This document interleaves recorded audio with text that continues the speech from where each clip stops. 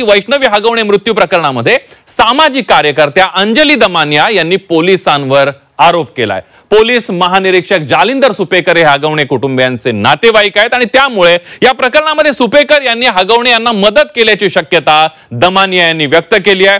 तर राजेंद्र हगवणे यांची थोरली सून मयुरी जगताप प्रकरणातही पोलिसांनी हगवणे यांना मदत केल्याचा आरोपही दमानिया यांनी केलाय। तेव्हा जर मयुरीचं ऐकलं असतं तर आज वैष्णवी वाचली असती, अशा प्रकारची भावना संपूर्ण राज्यातून व्यक्त होते। बघूया। जालिंदर सुपेकर नावाचे आयजी जे आहेत आताच्या घटनेला ते त्यांचे मुलाचे मामा आहेत। जेव्हा मयुरीनी त्यांच्यावर कोर्ट केस केली होती, म्हणजे पोलीस केस केली होती, तेव्हा देखील हे सुपेकर म्हणजे त्यांनी मदत केली असावी असं वाटतंय।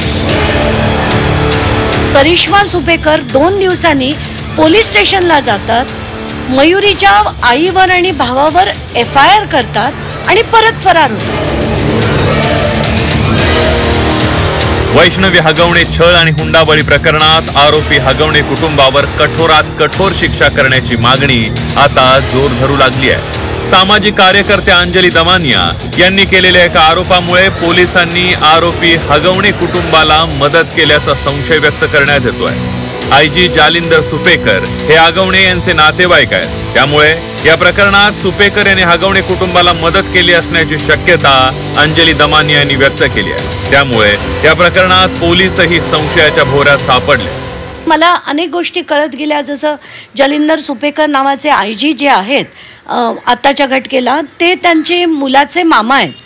आता डायरेक्टली ते अतिशय तोंडावर चांगले वागायचे, पण कुटुंब ह्या आधी सुद्धा जेव्हा फरार होतं, जेव्हा मयुरीनी त्यांच्यावर कोर्ट केस केली होती, म्हणजे पोलीस केस केली होती, तेव्हा देखील हे सुपेकर म्हणजे त्यांनी मदत केली असावी असं वाटतंय, कारण तेव्हा सुद्धा हे कुटुंब फरार होतं।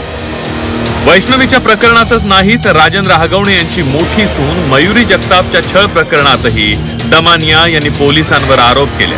मयुरी जगतापने तक्रार केल्यानंतर फरार हगवणे कुटुंबीय पोलीस स्टेशनला येऊन जातात, मात्र तरीही पोलिसांनी त्यांना का अटक केली नाही असा सवाल अंजली दमानिया यांनी केला। करिश्मा सुपेकर 2 दिवसांनी पोलीस स्टेशनला जातात, मयुरीच्या आईवर आणि भावावर FIR करतात आणि परत फरार होतात।